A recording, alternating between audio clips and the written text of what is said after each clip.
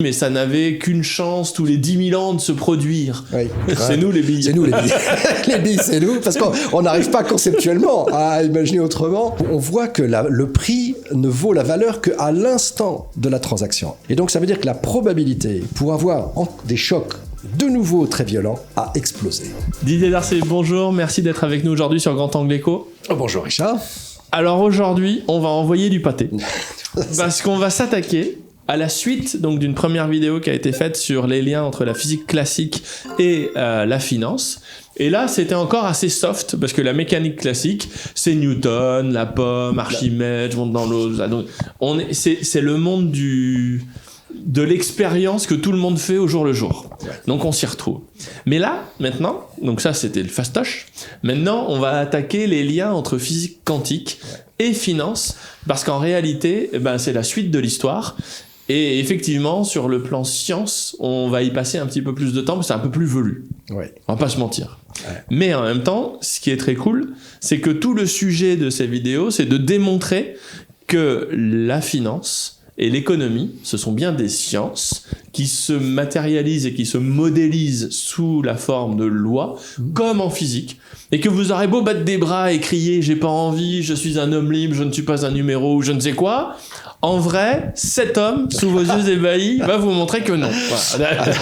Alors, je vais mettre un bémol quand même, parce qu'il y en a qui reprochent. Je ne démontre pas. Je montre qu'il y a des analogies extraordinairement troublantes. Oui, c'est pas de ta faute, c'est la nature. C'est la nature. c'est la nature. J'y peux rien, quoi. C'est comme ça. Et cette notion de libre arbitre, c'est toujours la même chose. Et pourtant, elle tourne. Voilà. Et pourtant, elle tourne. C'est-à-dire que vous prenez une personne qui est isolée au bord de la plage, où elle regarde le soleil, elle se balade, elle est absolument difficile à modéliser. Par contre, vous prenez 10 000 personnes ou 5 000 personnes dans une salle et quelqu'un crie au feu et il faut évacuer la salle.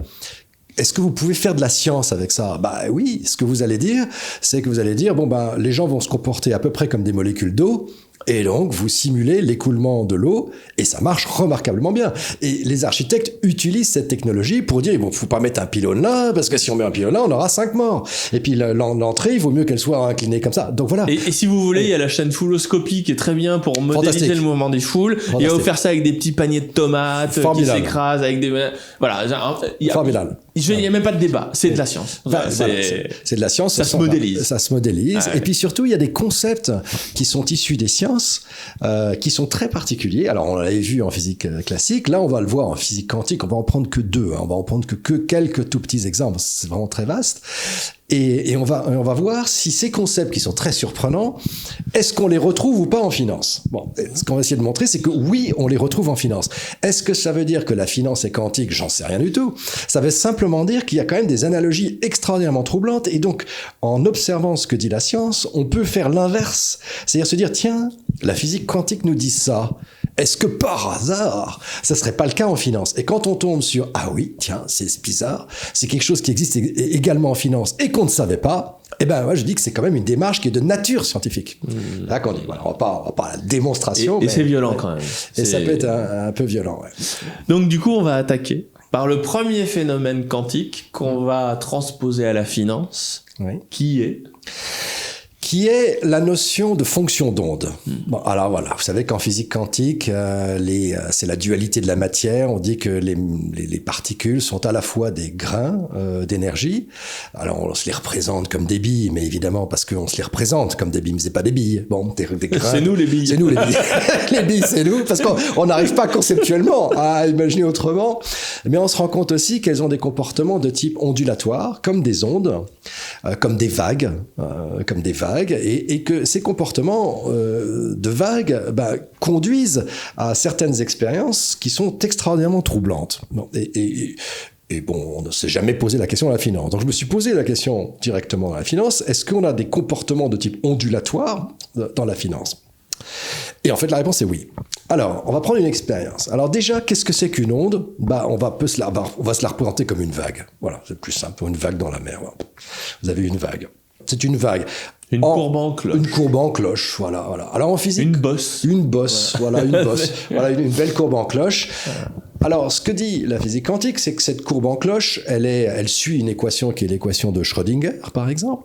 Et l'équation de Schrödinger, elle est mathématisée, donc on arrive à la mesurer, donc on arrive à simuler ce qui se passe si on fait ceci ou cela avec cette équation, ou si cette particule qui est représentée comme une vague va tout d'un coup heurter quelque chose. On arrive à simuler cela parce qu'on a des équations. Bon. Alors, et c'est quoi cette vague? Ce sont des vagues de probabilité.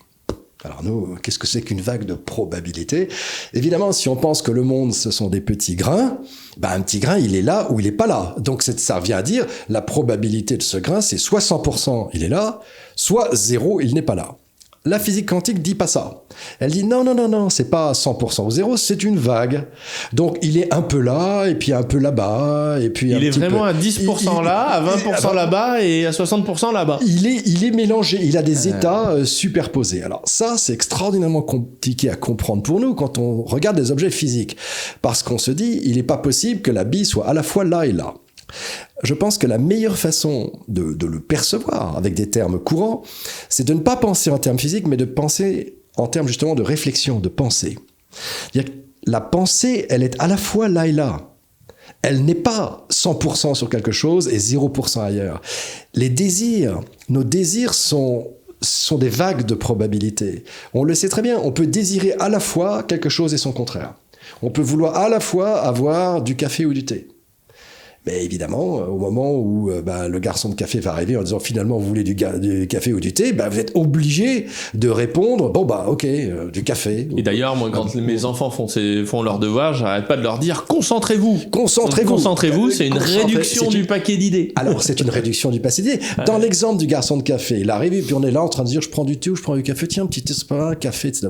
Et le type arrive et il fait une interaction avec nous. C'est-à-dire qu'il va nous dire alors, c'est quoi la réponse? Et à ce moment-là, on est obligé d'effondrer notre désir en l'un ou l'autre. Même si la préférence est très très marginalement en fonction du café, on va dire café. Voilà.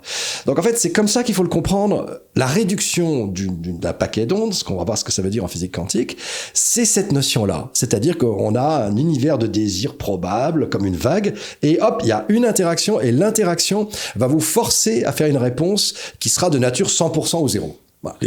Et c'est ce qu'on se disait tout à l'heure, c'est la différence entre la valeur et le prix.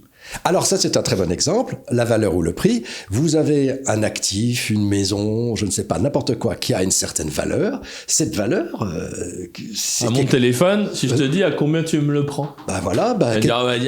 Quelle est la valeur de ce téléphone? Il y a des probabilités que ça vaille tant, et des probabilités que ça vaille moins, et puis ça va dépendre des interlocuteurs, des circonstances, etc. Par contre, tout d'un coup, on fait la transaction, je te l'achète, tac, c'est un prix. Ouais. Voilà. Alors, la question... Mais en même temps, dès qu'on a eu un prix, ça dure pas longtemps parce qu'après je vais voir Kylian et puis je lui dis tiens Kylian, combien tu me l'achètes? Et il va recommencer. Alors peut-être autour de ce prix, mais il va recommencer moi et tac, j'aurai une deuxième instance. Exactement. J'aurai une deuxième réduction du paquet de valeur qu'on appelle le prix. C'est une très bonne analogie parce que on voit que le prix ne vaut la valeur qu'à l'instant de la transaction. Et c'est à peu près aussi fugace que le présent. C'est totalement fugace. À partir du moment où on a dit top là, c'est à temps, c'est son prix. Et dès qu'on a donné son prix, comme tu dis, sa valeur redevient une onde. C'est pas parce que je te l'ai acheté 100 € qu'elle vaut 100 € ad vitam aeternam, mais même pas dans 5 minutes, comme tu disais. Donc c'est exactement ça, cette notion de physique quantique. Où c'est comme si j'ai dit un café, peut-être que 10 minutes plus tard, il va me dire qu'est-ce que vous voulez, je vais peut-être dire finalement du thé. Parce que je suis un peu entre les deux. Alors cette notion de réduction, c'est exactement ça que dit la physique quantique. C'est-à-dire que la physique quantique dit, il y a une onde. Bon, on imagine par exemple qu'on va faire une interaction avec cette onde. Qu'est-ce que ça veut dire qu'on fait une interaction? C'est qu'on met par exemple un détecteur. Alors on a un petit électron, ou un petit photon, ou un petit proton qui arrive, qui est une onde, voilà, c'est une vague qui avance. Bon. Et puis on va placer un détecteur. Alors c'est quoi un détecteur? D'abord, un détecteur a une amplitude physique. C'est pas un point, un détecteur. C'est un objet macroscopique qui a une certaine extension. Donc c'est comme une fenêtre. C'est un rayon d'action, quoi. Un rayon d'action. Il va dire, il est capable de poser une question qui est, est-ce que vous êtes dans cet espace-là? Voilà. Mais c'est pas un point. Il est forcément, c'est macroscopique. Donc, vous imaginez que vous avez une onde, là, une fenêtre qui arrive, ou une onde, là, une vague, et elle passe devant une fenêtre. Cette fenêtre, c'est le détecteur. Et le détecteur va dire, est-ce que vous êtes dans la fenêtre? Bon, l'onde, elle est en partie dans la fenêtre et en partie pas dans la fenêtre, puisque c'est une onde. Donc le fait de lui poser la question, que le détecteur pose la question, va avoir une conséquence, c'est que ça va effondrer ce qu'on dit la fonction d'onde. Ça veut dire que la réponse va être oui ou non, exactement comme avec thé ou café. Donc on va dire café ou thé. S'il dit café, ça veut dire oui, je suis dans la fenêtre. Alors toute la partie de l'onde qui n'était pas dans la fenêtre disparaît et toutes les probabilités de l'onde se concentrent dans la fenêtre. Voilà, c'est qu'effectivement, le fait d'avoir une réduction du paquet d'onde. Une réduction de la fonction d'onde, elle est réduite dans la fenêtre. Et puis une fois qu'on a fait cette interaction, comme pour le garçon de café, ou comme pour ton exemple du prix et de la valeur, l'instant d'après, ça redevient une onde. Mais cette onde, elle repart de la fenêtre. Donc en fait, elle va repartir un peu concentrée autour de la fenêtre, et puis elle va de nouveau petit à petit se réétendre en prenant petit à petit une forme plus d'une vague. Au départ, c'est une vague très concentrée dans la fenêtre, et puis elle va commencer à se réétaler au cours du temps. Voilà, comme ça que ça se passe. Bon. Mais elle peut répondre aussi thé au lieu de café. C'est-à-dire qu'elle peut dire non, je suis pas dans la fenêtre, alors qu'une grande partie ou une petite partie d'elle-même est quand même dans la fenêtre. Mais comme elle est à la fois dedans et pas dedans, elle peut aussi dire non, je suis pas dans la fenêtre. Et à ce moment-là, il n'y a plus rien dans la fenêtre. C'est-à-dire que tout l'espace de la fenêtre où il y avait une probabilité de l'onde, elle n'existe plus. Ça veut dire que toute l'eau, c'est comme si toute l'eau de la vague au centre avait disparu et s'était répartie sur l'extérieur de la fenêtre. Et en termes quantitatifs, si on raisonne en termes de quantité d'énergie, il y a bien un transfert quelque part. C'est-à-dire que tout ce qui était au centre, ça n'a pas disparu. Non. Ça s'est décalé. Ça s'est décalé. En dehors du bidou qui mesure. En dehors de la fenêtre, puisque la réponse a été non, qu'il était probable. À ce moment-là, qu'est-ce qui se passe? C'est que les probabilités, la vague, s'est déplacée à la fois à gauche et à droite de la fenêtre. Donc on voit que l'instant d'après, si le détecteur dit non, la forme de l'onde... C'est comme un ballon, quand je le presse au milieu, il y a les deux côtés qui deviennent plus gros. Là. Tu prends un ballon, tu le presses au milieu et tu as deux grosses boules. Ou alors, dans le cas premier, c'était un dromadaire, c'est ça? Avec une bosse. L'onde se transforme en dromadaire. Dans le deuxième cas où elle dit non, ça devient un chameau. C'est-à-dire que l'onde qui redémarre de ça, redémarre avec deux bosses. Là, t'es tout seul parce que je confonds toujours les chameaux et les dromadaires. Oui, je me suis peut-être trompé, tu crois? C'est possible. J'étais en train de dire, au fur et à mesure, j'y pensais en même temps. Une bosse, ça peut devenir une double bosse avec un creux au milieu. Avec un creux au milieu. Et vous nous direz dans les commentaires si c'est un chameau ou un chameau. Là, je suis encore planté avec ce truc-là. Bon. Ah non, t'as peut-être juste. Je sais pas. Mais vraiment, c'est pour ça que le ballon, ce qui est cool avec cette image, c'est que quand on le presse, en fait, est-ce que j'ai un ballon dans les mains? Et si on dit un ballon, c'est le plastique plus l'air. En fait, quand je presse un ballon, non, j'ai plus de ballon dans les mains. Le ballon, il est des deux côtés, mais il est plus dans mes mains, il n'y a plus d'air. Il n'y a plus d'air, c'est ça. Donc, mais ça veut dire que la forme a changé, c'est plus une vague. Et du coup, ça nous emmène au descriptif de ce que les intelligents appelaient la VAR, value at risk, sur les marchés, qui consiste à décrire le risque sur les marchés comme une bosse, comme une courbe de Gauss, comme une vague, une cloche. Et ils disent, sur les bords, on s'en fiche parce que c'est extrêmement rare. Donc, en fait, c'est la fameuse phrase dans, je sais plus quoi, Margin Call, où il dit, mais ça n'avait qu'une chance tous les 10 000 ans de se produire. Oui! Quand c'est une courbe en cloche, quand c'est un chameau. Mais dès l'instant où il se produit des choses bizarres et que on a changé la fonction, en réalité, c'est plus du tout marginal. Mais non, si tu as pressé le ballon au milieu, les extrêmes ont beaucoup gonflé. Ça veut dire que le risque a explosé. Et ça veut dire que le risque de gros mouvements a énormément gonflé. Donc, ça, en tout cas, c'est ce que dit la physique quantique. La finance dit non, ça ne change rien. La finance dit que l'interaction n'a pas de conséquences sur la vague. Elle n'a pas de mémoire. Elle n'a pas de mémoire. Donc elle dit non, c'est bon, le prix c'est ça, la valeur c'est ça. La valeur est une onde. Bon, on échange ton téléphone à 100 € ou à 1000 €, ça changera pas la vague. C'est ce que dit la finance classique. Et en fait, on va voir que pas du tout. En fait, ceux qui ont raison, ce ne sont pas les théories financières classiques, c'est la physique quantique. Il y a une mémoire des prix. Il y a une mémoire de l'interaction. C'est-à-dire que, et comment est-ce qu'on vérifie ça? Eh bien, c'est que On prend par exemple le S&P depuis 100 ans, le marché américain des actions. On regarde les prix, on regarde les rendements tous les jours. Et puis on va dire, donc ça nous fait une belle petite courbe en cloche, en disant il y a beaucoup plus de chances chaque jour que le marché bouge de plus 0,5 ou moins 0,6 ou plus 2 ou moins 2, plus 1, moins 1. Et très peu de chances qu'il fasse plus 3%, plus 4%, plus 5% ou moins 3, moins 4, moins 5. Les queues de distribution. Voilà. Donc on va faire une fenêtre en disant moins 3, plus 3. Moins 3%, plus 3%. Et puis on regarde chaque jour, est-ce que le marché a monté entre moins 3 et plus 3. S'il a monté entre moins 3 et plus 3, on dit bon, ok, 1. Bon.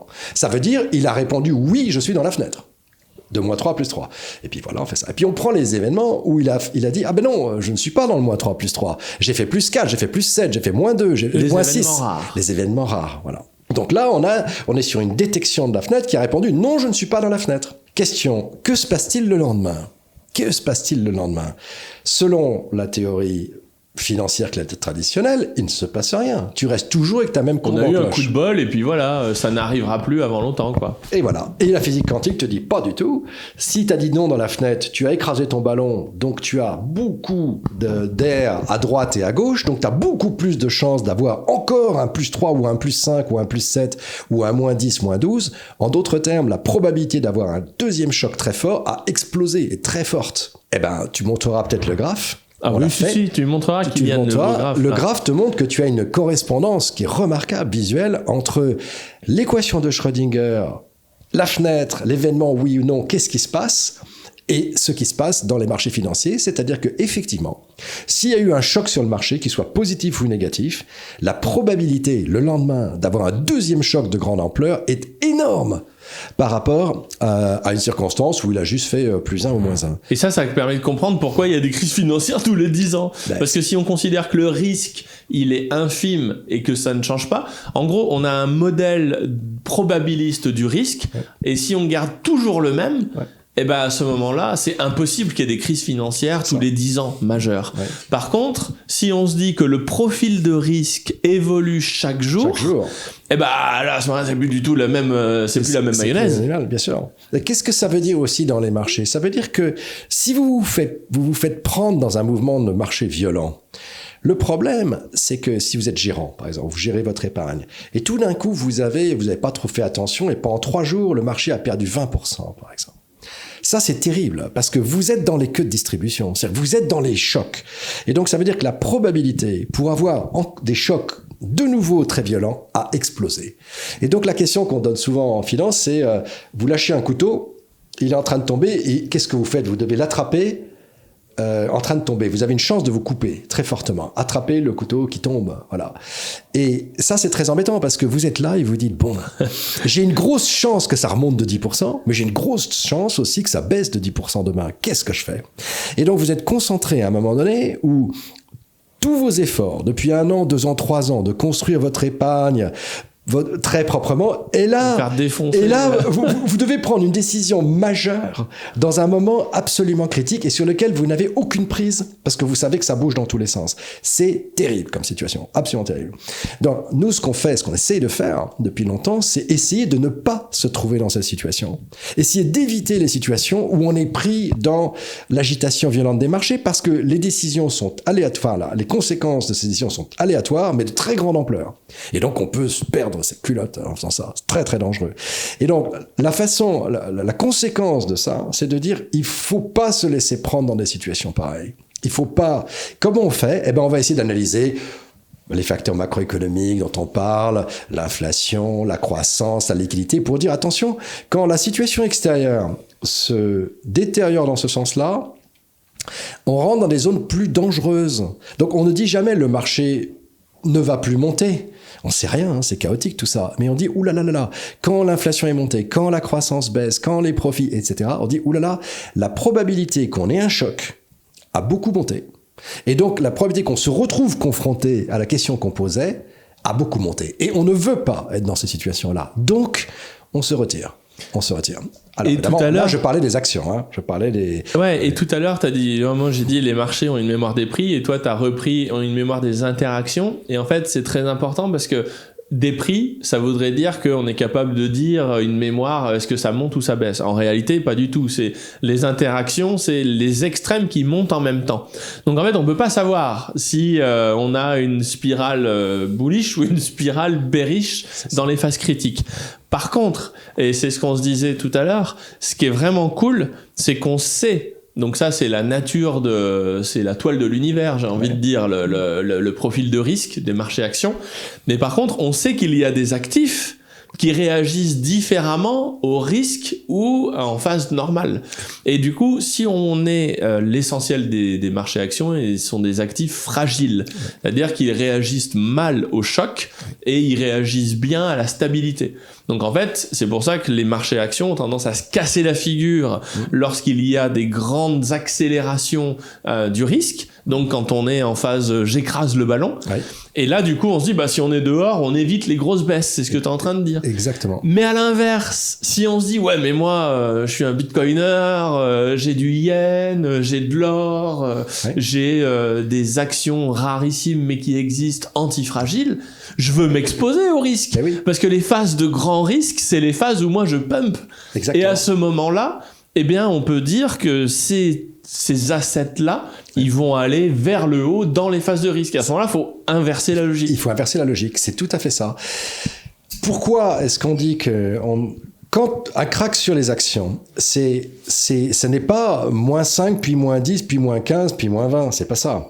C'est un grand mouvement à la baisse, par exemple -10, et le lendemain +7. Et puis ensuite, -14 et +8. Voilà. Donc en fait, à chaque moment où on est là, on ne sait pas si le lendemain, ce sera un +7 ou un -7 ou un -10. Mais ce qui est vrai, c'est que si l'actif est fragile, ça fera -10 +7, -15 +8. Et si l'actif est antifragile, comme tu disais, ce sera l'inverse. Ce sera -7 +10. -8 +14. Alors, si on est capable de supporter, parce qu'on a les nerfs solides, les -8 et les -7, on sait que la nature de l'actif est que à l'issue de cette agitation, il va être beaucoup plus haut. Bienvenue dans le monde des bitcoiners. Hein. Ah bah oui, bien sûr. Parce que alors, je peux dire que les gars qui achètent du bitcoin, bien sûr. Il y a un mème sur internet, tu l'afficheras Kylian, le mème où il y a ça fait 5 ans que je suis dans la crypto et je suis pas du tout stressé. Puis le mec, on voit qu'il a les cheveux tout blancs, il est ridé, il en peut plus. Bien sûr. Ça use. La volatilité, ça consomme la vie. Ça consomme l'émotion. Ça consomme l'émotion, donc ça consomme. Ça brûle les gens, quoi. Ça brûle les gens. Mais tu as tout à fait raison.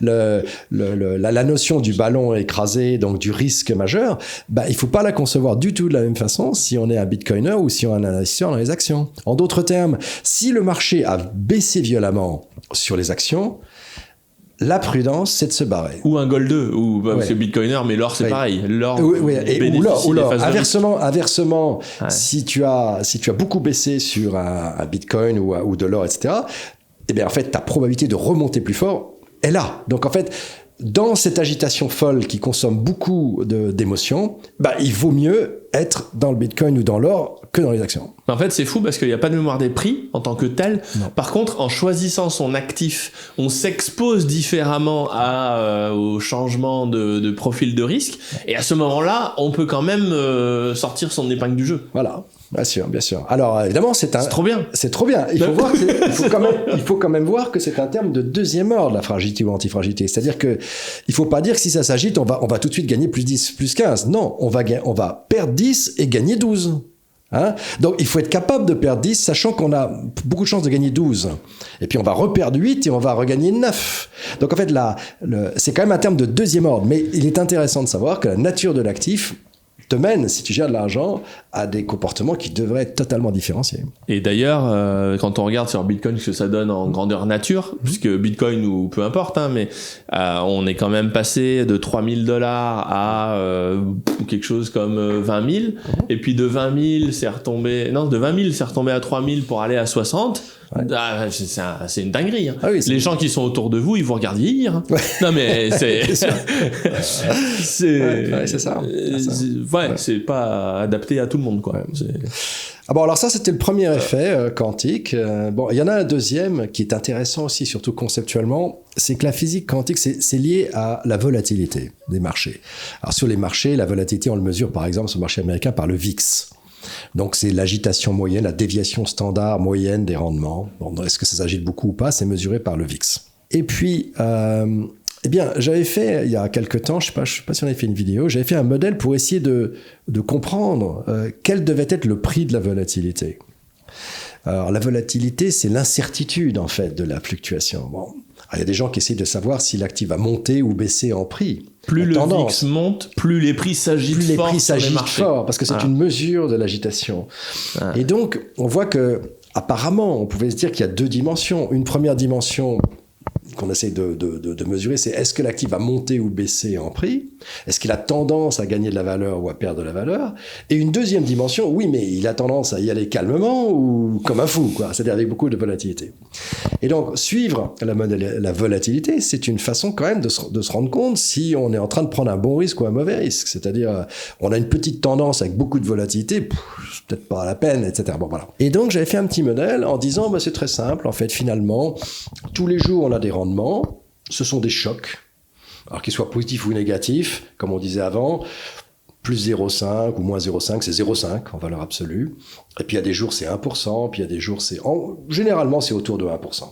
Et puis quelques jours c'est 2, c'est 3, c'est 4, là ça fait des gros chocs. Mais tu dis, c'est très simple en fait, on a la mémoire des chocs, nous. Donc on n'a qu'à simplement faire une petite fonction d'amortissement, se souvenir des chocs passés. On se souvient moins du choc d'il y a 3 mois ou d'il y a 10 jours que du choc d'hier.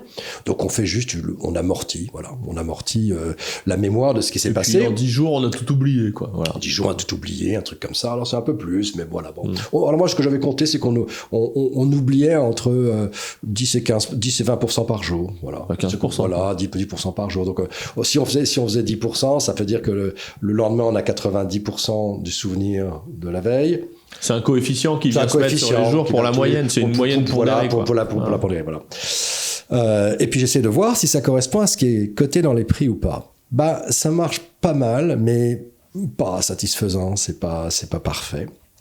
Et tout d'un coup, j'ai introduit une autre notion, qui est de dire oui, mais s'il se passe pas grand-chose, est-ce qu'on se souvient du fait que, par exemple, le marché n'a pas monté?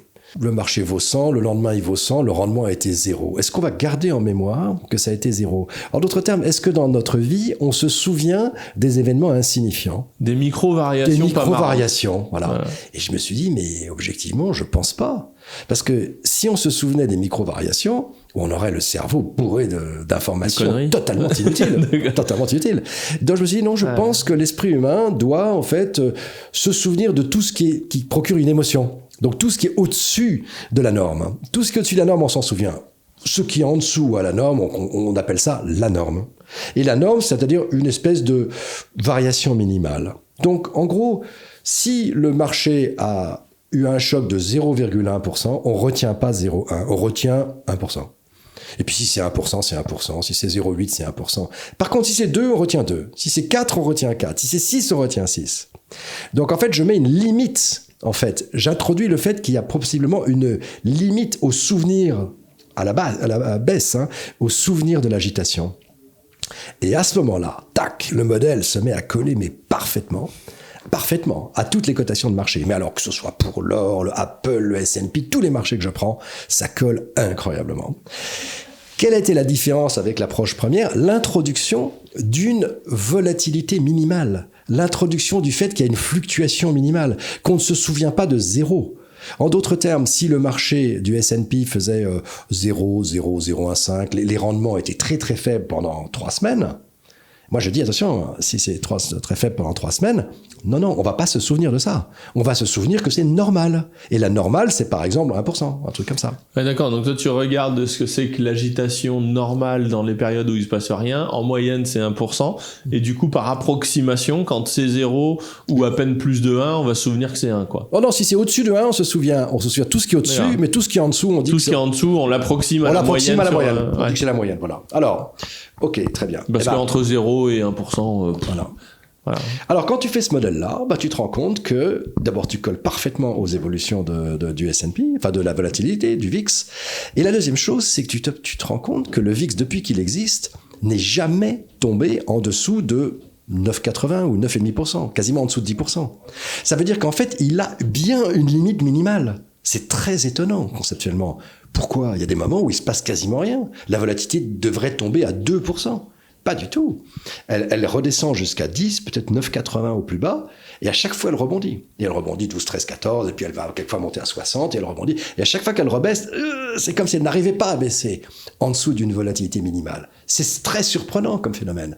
Donc moi je l'ai interprété en disant c'est un effet mémoire, on ne se souvient pas de quelque chose qui est insignifiant.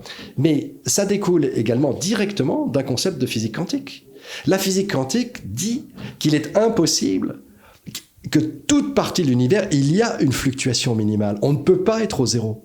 La physique quantique te dit, ça c'est le principe d'incertitude d'Heisenberg, c'est qu'on ne peut pas circonscrire un événement de façon parfaite. Donc on ne peut pas dire, par exemple, dans ce petit cube-là, il n'y a rien du tout. On ne peut pas le dire, parce que s'il n'y a rien du tout, ça veut dire qu'il n'y a pas d'énergie, et il n'y a même pas de fluctuation possible de cette énergie. Or, c'est impossible, puisqu'il y a une incertitude minimale. Donc, la physique quantique te dit que tout bouge partout. Il y a forcément le vide, par exemple. Le vide, ce n'est pas le néant. Le vide, c'est un océan de particules virtuelles qui ont une énergie minimale, qui ont une énergie trop faible pour apparaître dans le réel. Pour être observé. Pour être observé. Mais elles sont bien là. Donc, le vide n'est pas le néant. C'est ce que te dit la physique quantique, c'est absolument fondamental pour comprendre plein de phénomènes qui se produisent en physique quantique. Par exemple, tu sais, il y a quelques années, on a découvert le fameux boson de Higgs, le boson de Higgs qu'on appelait la particule de Dieu, qui avait des tas de conséquences en physique quantique. On la cherchait parce que... Et pourquoi la particule de Dieu, d'ailleurs, c'est une particule comme les autres ? Non, c'est pas une particule comme les autres, parce que c'est un champ scalaire, et c'est celui-là qui donne la masse à toutes les particules. Donc si ce boson de Higgs n'avait pas été découvert, on comprenait rien à la raison pour laquelle les particules avaient des masses. Donc c'était très important de la découvrir. Or, qu'est-ce qui se passait ? Il y a longtemps dans l'univers était plus concentré, donc il y avait plus d'énergie. Donc ce boson de Higgs, d'après la théorie, existait réellement. Mais comme l'univers s'est distendu... Il était émergent, quoi. Il était émergent, il était dans le réel. Et puis l'univers s'est étendu. Donc ce qui s'est passé, c'est que le niveau général d'énergie a baissé, le boson de Higgs, il n'avait plus assez d'énergie pour être dans le réel, il est tombé dans le vide. Pour se matérialiser, donc il est tombé dans l'océan. Il est tombé dans l'océan du vide. Et c'est comme si le réel, c'était les poissons qui sortaient au-dessus de l'océan. Là, tu vois le dauphin, puis quand il retombe dans l'océan, tu le vois plus. Mais alors ça, c'est un truc un peu chelou, et dis-moi si j'ai des bêtises, mais c'est ce que les physiciens en quantique appellent la théorie des champs. Autrement dit, tout dans le vide, il y a tout. Par contre, il faut une quantité d'énergie suffisante pour que les particules émergent de ce vide. C'est ça. Et quand elles sont pas suffisamment excitées, elles sont là, mais on les voit pas parce qu'en fait, on n'est pas sur le même plan, quoi. Enfin, elles sont trop inertes, elles sont trop. Et c'est comme des aimants, des aimants qu'on rapproche d'un frigo. Un aimant, on l'a dans la main, il se passe rien. Ouais. Puis on le rapproche. Au fur et à mesure qu'on le rapproche d'un autre, il y a une charge qui se crée. Qui apporte de l'énergie dans le vide, là, et qui fait émerger justement les particules qui font l'électromagnétisme. Et c'est ces particules qui et c'est très marrant, en fait, parce que c'était Galfard, je me souviens plus de son prénom, c'était un élève de Hawking, qui disait si on était des micro-machins à l'échelle quantique, et qu'on voyait, on était entre le frigo et l'aimant, on verrait rien, et au fur et à mesure que l'aimant se rapproche, on verrait des particules, qui sortent de nulle part et qui viennent splash coller l'aimant au frigo. Et c'est très chelou en fait comme conception. Enfin, oui, mais c'est exactement ce que le CERN a fait pour trouver le boson de Higgs, c'est-à-dire qu'ils ont apporté l'énergie. En fait, ils ont chauffé. Ils ont apporté de l'énergie au vide. Bon, ils l'ont fait comment ? En faisant percuter je crois que c'est des protons, je sais plus, accélérés. Donc, ils ont chauffé le vide en apportant l'énergie cinétique dedans par collision de particules. Donc, une énorme quantité d'énergie à un endroit dans le vide. Cette énergie qui était dans le vide a fait ressortir du vide des particules qui étaient virtuelles, qui étaient dans la mer, et t'as les dauphins qui sortent. Et ces dauphins, ils ont comme ça vu et clac, Kodak. Et clac, ils regardent sa trajectoire et disent c'est bien ce qu'on avait prévu, c'est bien le boson. En réalité, le dauphin il l'explose et ensuite c'est les petits morceaux qu'on retrouve, voilà. Mais voilà, donc c'est comme ça avec des vrais morceaux de dauphin. C'est comme ça qu'ils ont trouvé le boson de Higgs. Mais pour en revenir au concept, c'est que dans ce concept derrière, c'est qu'il y a une vibration minimale. C'est que le néant n'existe pas. Alors, je dis pas que c'est une démonstration que la finance et la science et la physique quantique, c'est la même chose. Pas du tout. Mais je dis quand même, c'est quand même intéressant de se rendre compte qu'on est dans une discipline qui est une discipline financière où il y a des hommes, où il y a de la sociologie, de la politique, des trucs, etc. Et oh, surprise, on retrouve un concept qui est directement le même que celui de la physique quantique. Donc, ça veut dire que ces concepts ont quelque chose de très profond, Et puis, il y a un observable. Et l'observable, c'est que sur le VIX, on descend jamais en dessous de 9,5 depuis l'origine. Si un jour, il descend, par exemple, à 5, j'aurais une contre-expérience de ça. Et alors là, je veux dire, je bondirais au plafond. Je me dis, qu'est-ce qui s'est passé? C'est comme si on avait trouvé un truc très bizarre. Ah bah c'est Noël. C'est Noël, il y a quelque chose qui s'est passé. Mais pour l'instant, ça ne s'est jamais produit. Il y a un cadeau. Donc ça veut dire aussi que quand le VIX commence à se rapprocher de 10%, bah, d'après ce que je vois, faut surtout pas le vendre. Hein. Il faut vous être peinard, parce que sa chance qu'il descende en dessous est quasiment, pour moi, infime. Par contre, quand tu dis qu'il y a une mémoire, le VIX, il est calculé sur le prix des options, c'est ça? C'est le prix des options. Donc ça, il y a pas de question de mémoire, c'est-à-dire qu'il y a pas, je me souviens pas, donc j'approxime. Bah, c'est-à-dire que le prix des options, la volatilité, elle est réelle. Si la volatilité minimale, elle dépend du prix fixé par les options. Donc c'est pas j'ai oublié. C'est pas comme moi quand je me baladais dans la rue, je suis incapable de dire devant quelle boutique à la noisette je suis passé, s'ils vendaient des godasses, des glaces ou des. Parce que j'ai vraiment oublié. Mais le prix des options, le VIX ne l'oublie pas. Alors. C'est toute la question suivante. C'est-à-dire que la volatilité du VIX vient du prix des options. Le prix des options, ils sont cotés par des market makers. Donc, c'est des gens qui, tout comme toi et moi, qui tous les jours ou toutes les minutes disent, bon, le prix de l'option, ça vaut tant. Pour calculer le prix de l'option, ils doivent introduire ce qu'ils pensent être la volatilité. Donc en fait, c'est les market makers qui te disent la volatilité c'est 15% ou 15,1 ou 16. Il y a une composante humaine dans la définition du prix des options. C'est pas une formule. C'est une formule, mais il faut bien rentrer dedans la volatilité. Donc c'est les market makers qui disent la volatilité, c'est ça. Et c'est là où j'étais intervenu en disant donc il y a une dimension où les market makers anticipent la fluctuation. C'est pas une mesure de marché.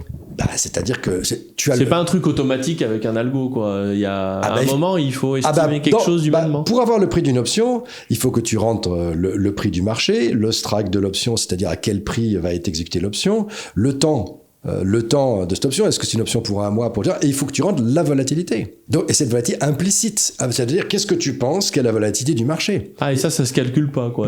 C'est-à-dire qu'en fait, tu observes que l'ensemble des market makers ont dit en moyenne que la volatilité à ce jour-là était 15,3. Mais tu ne sais pas comment. Donc, ce que j'ai fait, moi, c'est que je dis, mais ça, c'est pas de la magie. Pourquoi ils disent 15 C'est un input humain, ça. Et voilà, c'est un input humain. Et donc, l'idée, c'était de dire les market makers d'options sont ceux qui font la prévision de la volatilité du marché. Je dis, mais ça, j'y crois pas un mot. Parce que je crois pas un mot à ces genres de prévisions.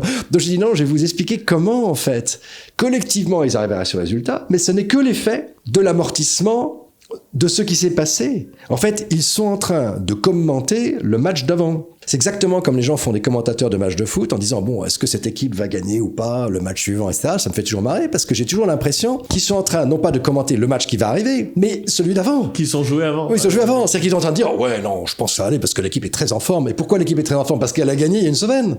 Donc en fait, tu vois, c'est pas une projection sur l'avenir, c'est ça. Et c'est ça que j'ai démontré. Enfin, c'est-à-dire j'ai montré qu'en prenant que l'information du passé, je prends que l'information de ce qui s'est passé, j'introduis une vibration minimale, etc. Et à ce moment-là, je retrouve pile poil ce que devrait être la cotation. Et j'observe ensuite ce que le marché, ce que les market makers ont donné comme cotation. Et je vois que ça colle parfaitement. Et donc, ma conclusion, c'était, il n'y a pas de prévision. C'est-à-dire que la volatilité n'est pas un paramètre indépendant. La volatilité est complètement construite par la trajectoire de prix. Donc, si tu veux, c'est quelque chose d'assez amusant.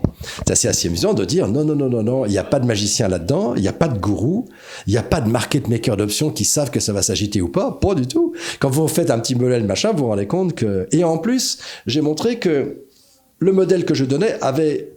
Quand il y avait une petite différence entre les deux, qui avait raison? C'était pas eux. C'était le marché. Et toc.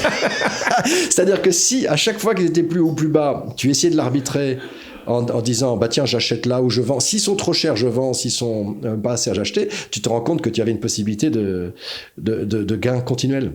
Donc, non. Ça veut Tu dire peux qu'en fait, arbitrer le alors, marché des options. c'est très difficile à arbitrer parce que tu ne peux pas acheter la volatilité spot. Alors, tu peux dire. Mais théoriquement, tu peux montrer qui a raison dans la cotation en regardant. Tu te rends compte que c'est pas eux. Donc, ça veut dire que finalement, voilà. C'est-à-dire qu'en fait, c'est rigolo parce que la seule façon d'arriver à ça, c'est d'effondrer la magie que les market makers sont en train de pricer l'avenir. Ils donnent pas le prix à l'avenir, en fait. Ils donnent le prix du passé. Bon, c'est déjà la première conclusion. Et ce passé, pour arriver à coller ça, il faut introduire une notion de volatilité minimale. Il faut introduire une notion de vibration minimale, et cette notion, tac, elle colle parfaitement avec la physique quantique. Voilà, une analogie. Bon, il y en a d'autres, mais on a déjà pas mal parlé de choses un peu lourdes, là. Non, je crois. Merci beaucoup, Didier. Merci à toi.